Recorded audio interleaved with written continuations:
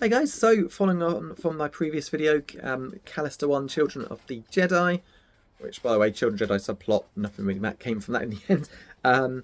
Well, back to this, I read this a while ago. Basically, I've been reading the Tales of books while other books I've been leaving at work that I figure are too nice to risk damaging moving around a lot. Got through book 1 to 3 fairly quickly because I was leaving a lot of books at work, e.g. Warhammer ones I didn't want to damage, but my next string of books are all ones, in exception of what I asked for my birthday, admittedly. They're all ones I don't mind bringing back and forth to work, so it could be while to get to book 4. So yeah, book 4 is Tales of the Empire, book 5 Tales of the New Republic. Now that might not be the actual order, but it's the order I'm playing them in, reading them in. I just figured I'd read the ones that look least interesting, and Go by Goodreads got the worst reviews last, so yeah.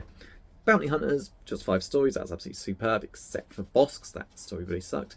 Book 2 was Tales from Jabba's Cantina.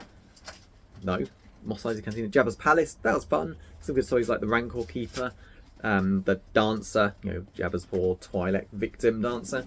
Or even an Jade story, which is good because, spoiler for the EU, she was at Jabba's Palace, then there to assassinate Luke just because Palpatine's a dick who wanted to make Darth Vader miserable.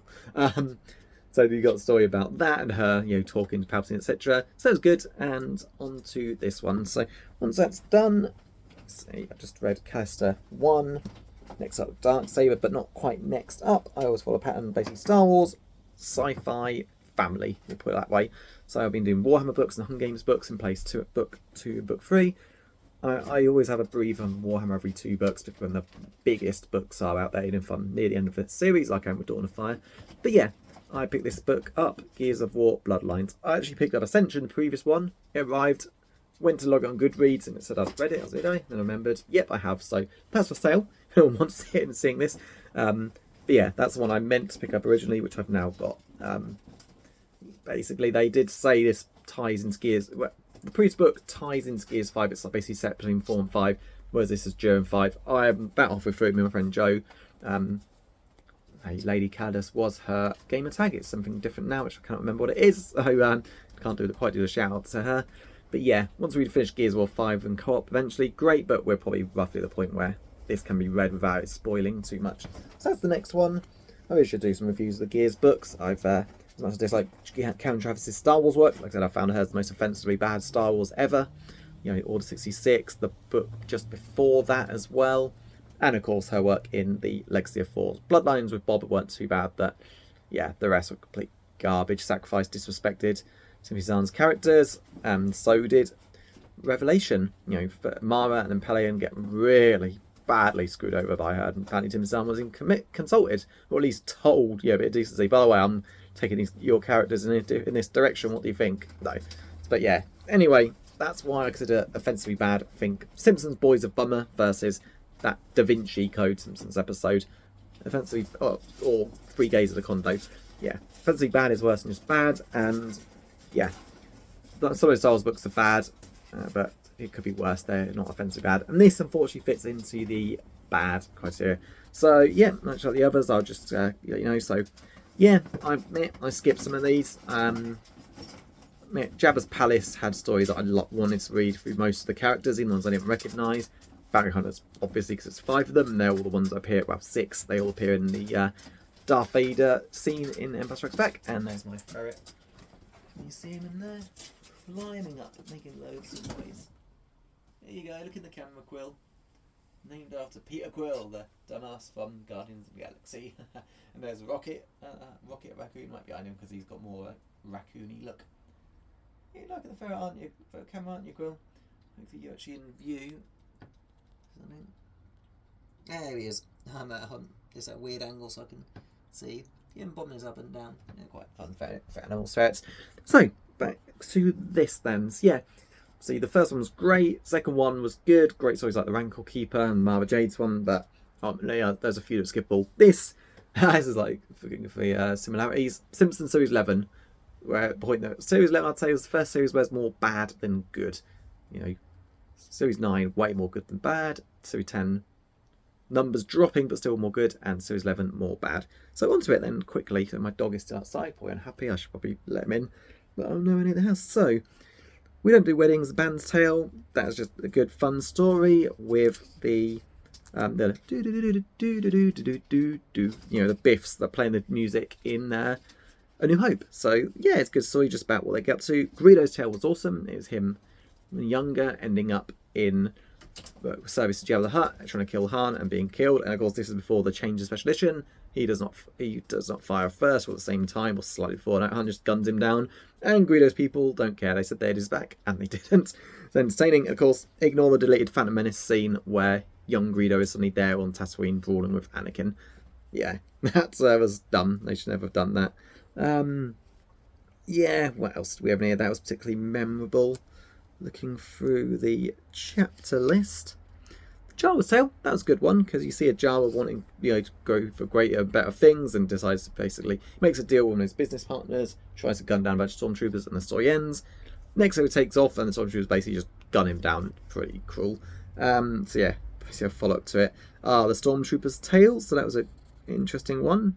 Basically, a Stormtrooper discovers the flaws in the AT-ATs. He is put in like a simulation of how to control those things, and his instinct is during an attack run, drop to the ground because the legs are a weak point, and then they basically just ship him off to being a standard stormtrooper on a foot patrol because he discovers a major flaw, and I think they'd reward him, you know, promotion, anything. Nope, they basically just get him out of the way, and they don't do anything about the weakness at all. They realise there is though at one, but well, we get episode 5, and the snowspeeders use the tow cables and put them down. Luke uses lightsaber and grenade to blow them up. So yeah, quite cruel. He's actually quite a good, likable guy. And then he ends up seeing what the things the Empire do. Like, you get them killing that Jawa for no reason. He's part of the group that slaughtered the Jawas in New Hope when Luke is off with the droid. And of course, it finally happens. We see Luke's aunt and uncle be murdered by the Empire, and it's pretty much what you'd expect. He's not... No, he credits this guy, never pulls the trigger, but he's there watching the carnage, nothing he can do about it, and basically ends with him planning to leave the Empire, and I can't know if he does. I looked his name up, can't remember what it was, but yeah, he's never been seen again. I thought maybe he'd appeared in another book or a comic or something, or even name drop. Well, let's hope he's just one of the random rebels on Endor, maybe, like the bearded guy they decided is now Rex from Rebels. Maybe something like that happens. I hope so, because he seemed like a good person, and yeah. That's the same thing with Empire defectors. Like, speaking of the show Rebels, Callus is a great example.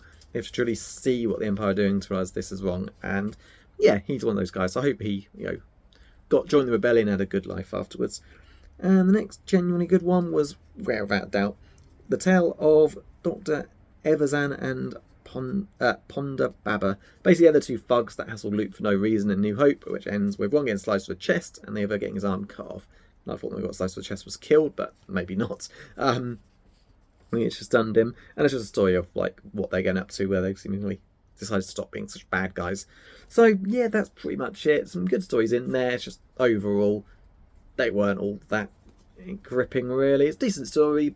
Books fell on eBay because it's such in good condition. No matter bends the spine, and I kind of hope Tales from the Empire will be better, because I hope there's some focus on some shady guys. That's why I read the Bounty Hunters and Jabba's group first, because, well, everyone likes to root for a nuisance, as the Eminem lyric goes.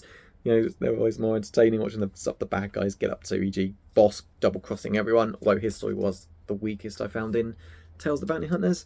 But yeah, you get the idea. So that's it. So that's my 2 most recent Star Wars books done.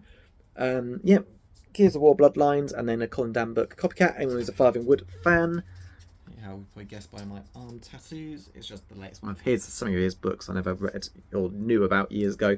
Gradually been reading them, and yeah, this is the City Cats Part 3, King of the Vagabonds, the City Cats, and Copycat, or City Cats 3, or the City 3. I think the City by Dan Shannon, so, his adult series. So yeah, it'll be once I get to Dark Saber, but that is going to be the next one.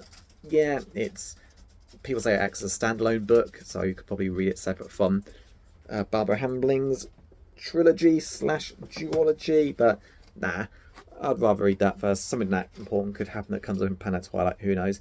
And then Star Wars books wise, it's the New Rebellion, then it's X-Wing Starfighters Vegemite, I'm just going to give a retry to, then it's the Black Fleet Crisis, and then it's X-Wing Mercy Kill, at the most hated era of the Star Wars timeline, but well, if it's entirely about a pilot, it should be different from all the Darth Vader's garbage that we had to suffer through. So who knows? But yeah, that's it. 10 minutes vids. Well, hope you enjoyed the video, and I'll see you in the future.